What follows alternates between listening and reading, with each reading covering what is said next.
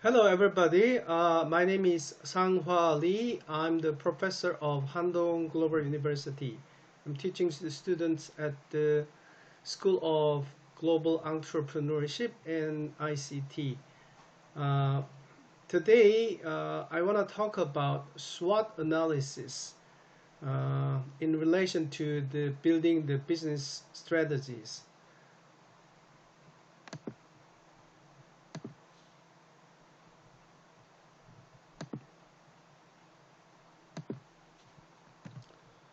Okay, so far we have gone through building the business strategy in 5 steps I have developed. Now I will talk about the SWOT and TOWS analysis, and then in relation to the analysis what I have introduced in 5-step processes. Okay. SWOT TOWS analysis may be performed between 3C analysis and 4P marketing mix analysis in strategy development flow. If you look at the entire flow of the building business strategy, we have done 3C analysis. When I say that the 3C, it's customer analysis, competitor analysis, and company analysis. It's quite similar or the same as what I have mentioned as the 3rd step of building the business strategy. So what was the first step? Identifying the gap. And then what was the 2nd step? It was listing a lot of strategic alternatives. And then the 3rd step we conducted was analyzing the internal and the external factors. So we did 4 actually analysis, right? Industry, competitors, customers, and then internal factors, identifying the core competencies. So when I say that the 3, the competitor analysis in the 3C analysis is identical to the analysis which I have mentioned in step number 3, and the customer analysis is also the identical. Okay, and in the company analysis is quite similar to the core competency analysis I have already covered, because the core competency analysis is identifying internal core competencies of the companies. So it's basically the same as the company analysis. And what about market analysis or the industry analysis? Okay, it's a little bit different from those 3C analysis. In those 3C analysis, all the analysis are about the single entity, and then the industry or the market is a bigger concept encompassing customers, competitors, and company. So that's why industry or the market analysis is different from the 3C analysis. And in a lot of cases, 3C analysis are just including only 3 things: customer, competitor, and companies. And we have already covered marketing mix strategies. So product strategy, pricing strategy, place strategy, and promotion strategies are the same as we covered in the step number 4. Okay, today I want to talk about the SWOT analysis and TOWS analysis are in between those 3C analysis and marketing mix.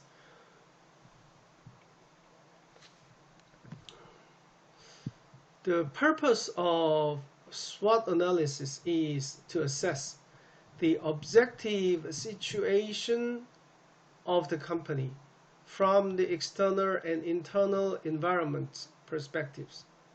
Okay, so SWOT analysis is related to the assessing the overall environment around the company.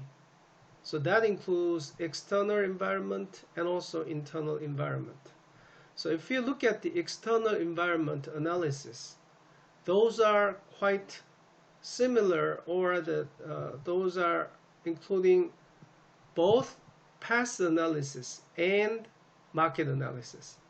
And internal analysis is related to the identifying core competencies, or at the same time the critical weaknesses of the companies.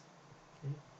So as I have mentioned in the previous classes, past analysis is about assessing the political, economic, social, technological, and also some regulation or at the legal side of the external environment, which may affect to the industry as a whole, or specifically to the company.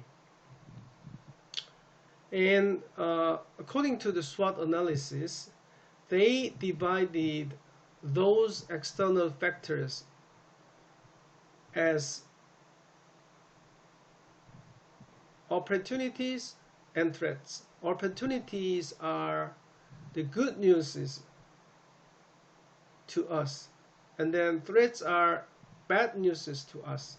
So instead of just looking at the external environment, in SWOT analysis, they try to get the implications from those assessment of the external environment. So in case any of the external environments might be a good news, and then that could be an opportunities to us.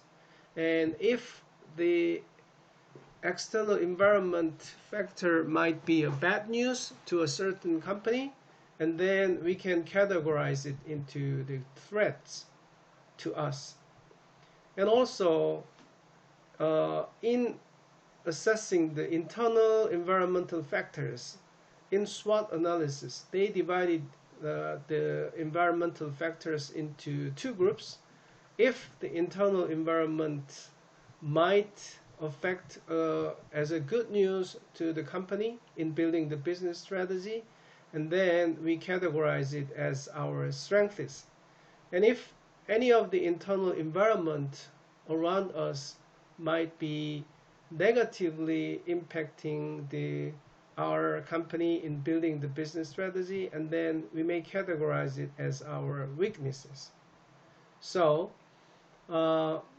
in short, the past analysis and then industrial analysis and core competency analysis are pretty much the same as what we are talking now as SWOT analysis, but the perspectives are a little bit different. So in SWOT analysis, instead of just describing the important environmental factors, they also try to capture the implications from those environmental factors to the companies in building their business strategies. So let's have a look at some of the examples of the external environments and also internal environments to be categorized as 4 different categories: opportunities, threats, strengths, and weaknesses.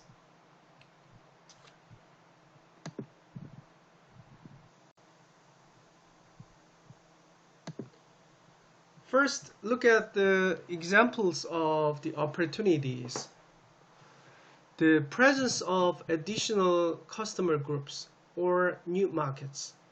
Okay, if there are the other customer groups who are willing to buy the products from our company, and then that could be a good news to our company. But such a good news is nothing to do with the internal factors of the company. Okay. And also, if there is any new markets that can be served by our company, and that's also good news to our company. In case our company is only playing in the domestic markets, for example in South Korea, but there are other new markets, maybe the markets in Europe or markets in the North America might be interested in buying the products of us, and then such a new markets of Europe or the North America might be good opportunities to us, and we may export our products to those new markets, or we may set up our factories in those areas to produce our products at those sites and sell them domestically in those markets. And second example of the opportunities is that possibility of a product line expansion to meet various customer needs. So that's the similar opportunity as I have mentioned before. If there are a lot of the possibilities, there are a lot of different customer groups who want our products, and then we may expand our product lines to meet such customer needs. Okay. The third example of the opportunities might be possibility of transferring new product business skills or technical know-hows. So there's some group of the people who are buying our products, and there are another group of the people, and when serving those customers, we have to produce another product, a new product. And if there is the possibilities of transferring new product skills or technological know-hows to a different group, and then that's also related to our opportunities. Okay. And then the possibility of the vertical integration. Vertical integration means the company may expand their business to the backward or forward of their businesses. If the company is integrating the supplier businesses, and then we can call that backward integration of the businesses. And then if we can just integrate the businesses one step forward to the customers, and we can call it the forward integration of the businesses. So in case the manufacturer of a certain product may enter into the delivery business of their product, and then it could be forward integration.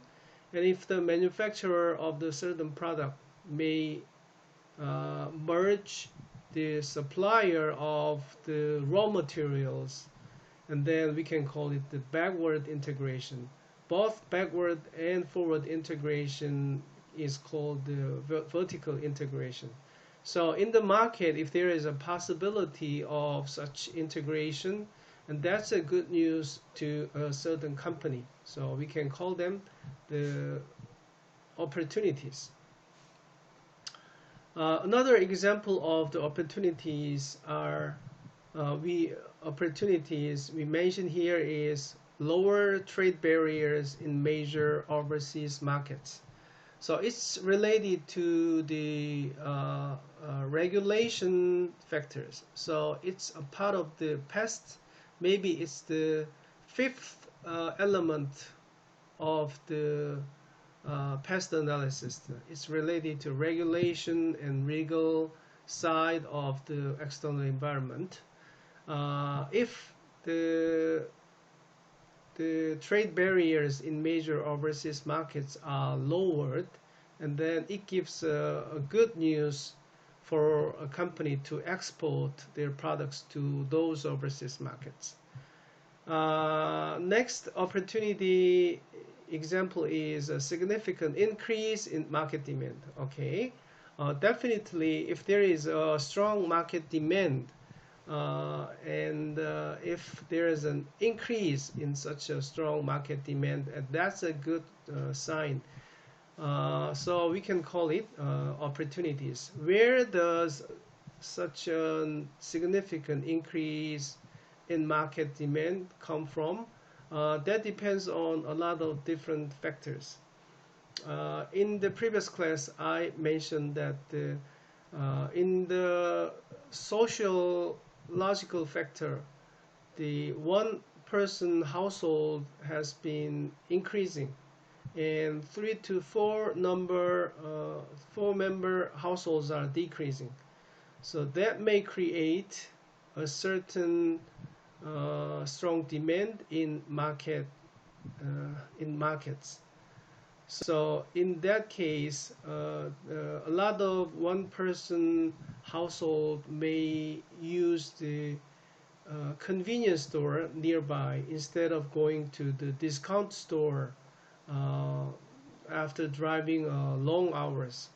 So in that case, there could be a strong demand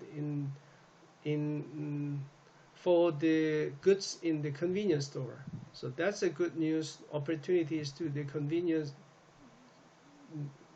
Good news to the businesses of the convenience store, and also it's not a good news to the companies running the discount stores.